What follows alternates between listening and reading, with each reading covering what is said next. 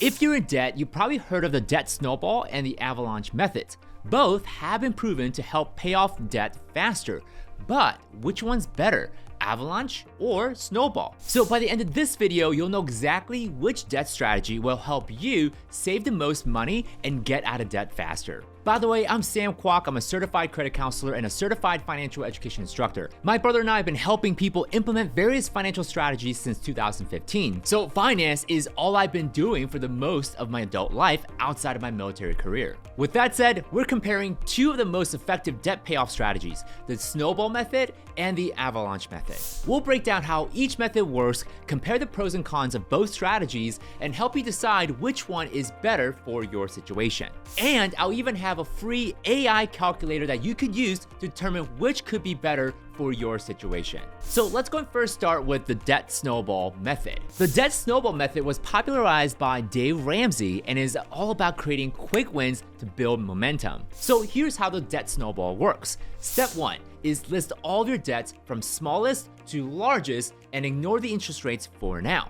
Step 2, we're going to focus on paying off the smallest debt with all of our cash flows and savings. Step 3 is to continue making the minimum payments for the rest of the debt. And step 4, once the smallest debt is gone and paid off, roll that payment into the next smallest debt. And lastly, step 5, rinse and repeat the process until you're debt free. Now, the idea behind the debt snowball method is psychological momentum. When you see debts disappearing, it creates motivation to keep going. And that right there is one thing I do appreciate about the debt snowball method as a certified credit counselor. A lot of times when we work with our clients, it's not that they don't have the best strategies or tactics, it's that many of the clients are dealing with psychological blocks like hopelessness or despair. So by creating these quick wins, we can oftentimes break out of the psychological barriers quickly to build confidence for the next debt. So just a quick couple of pros and cons when it comes to the debt snowball method. So for pros, it's a quick win and keeps you motivated. It's easy to follow, easy to implement, and works great for people who struggle with maybe staying disciplined.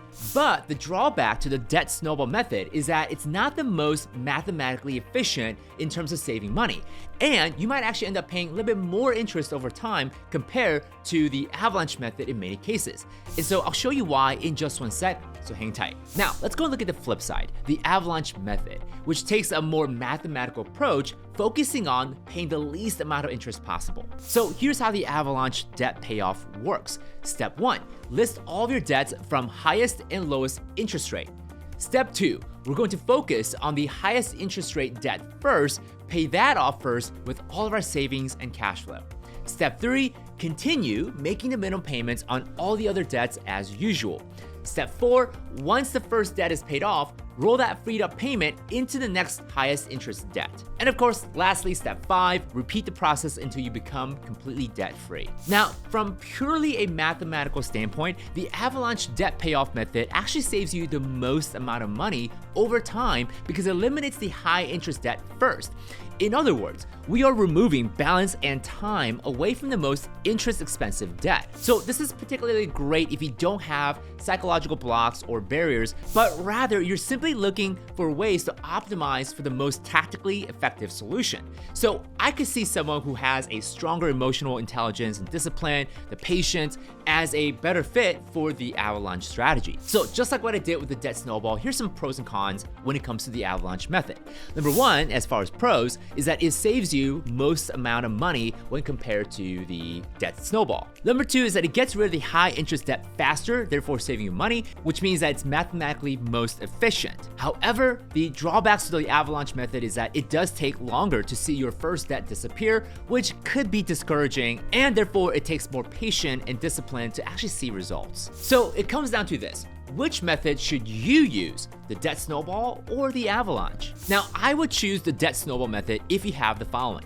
Number 1, you need motivation and quick wins to stay consistent. And that's because you might be a little bit more emotionally driven with finances, and that's okay. And if it's more important for you to stick with the plan that you see wins right away, but you don't really mind paying a little bit more interest in exchange for momentum, then I would choose the debt snowball method. On the contrary, I would choose the avalanche method if your top priority is saving the most amount of money. Now, you might already be disciplined. You have a budget, you have a positive cash flow, and you're already ahead in terms of some of the essential things with finance, then the Avalanche method might be the best way to go. Bottom line is that if you're someone who struggles with motivation and staying disciplined, Snowball is probably gonna be the best way to go. And I'm not saying that's a bad thing whatsoever, and the very fact that you're doing something about your finances, that you're willing to make changes and improvements to your life, I 100% applaud you for willing to take the commitment to change your financial situation. So there is no judgment, no shame, no guilt if you do choose to go with the debt snowball, because at the end of the day, it's still going to help you pay off your debt faster and get you out of that situation.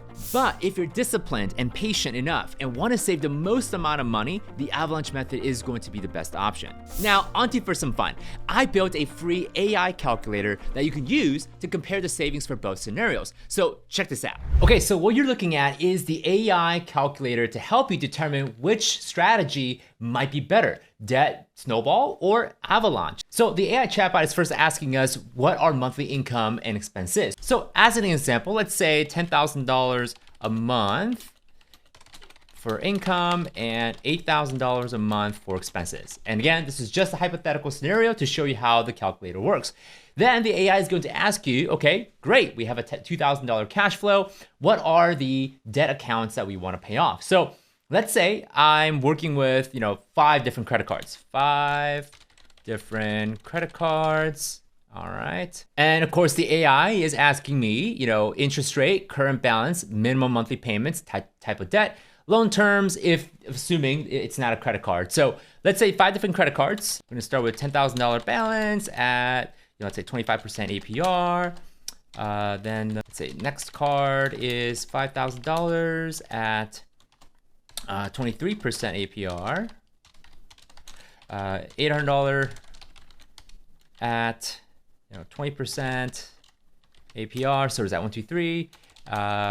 Say $9,000 at 30% APR, and lastly, another 5,000 at 20% APR. Then you can see the AI is calculating all the math behind the interest, the minimum payments, which is oftentimes 1% of the balance plus the interest, depending on the interest rate, right? So it'll do all the summation, then it will try to figure out, okay, which method is better based on the cash flow you have and all the interest costs associated with the 5 different credit cards. So you can see with the debt snowball, it is suggesting pay off the $800 debt first, then move on to the $5,000, okay, and then the next $5,000, and lastly, the $10,000 debt, which is true. That pretty much explains the debt snowball method. And the Avalanche method is suggesting to pay off $9,000 first because it's the highest interest cost, and then the 25, 23, 20, and so on. Okay, so then next we're gonna ask, okay, which strategy is going to be better for interest saving? There we go. And then it's thinking, there we go. So it's calculating the baseline interest costs. All right. Yeah, so it says conclusion, the Avalanche method is generally better for interest savings as it targets the most expensive debt first. Now, you could always interact with the AI chatbot with other nuances that you may have. Maybe you have a certain scenario where a credit card has a 0% interest for 18 months, and that might play a role. So feel free to be creative with it. Again, this is just for educational purposes only. AI tend to make mistakes too. Yes, it's possible for an AI to make mistakes from time to time. Hopefully this tool will help you determine which strategy could be better for you depending on your scenario. So if you want access to this calculator absolutely for free, there's no sign up required. I'm just gonna give you the link in the video description down below. Check it out. Now, of course, this is to look at the results from purely a mathematical standpoint. But remember, finance isn't just all about numbers and equations. It's sometimes about what you can actually stick with and what gives you the most amount of confidence to continue the method. You may have the best debt payoff method, but it's completely useless if you're not actually sticking with it. So friends, if you enjoyed this video today and learned something, definitely go and share your aha moments or questions down below because I'll be hanging out there as well. And consider subscribing to our channel and check out some of the other free gifts that we have for you in the video description down below. We'll see you in the next video.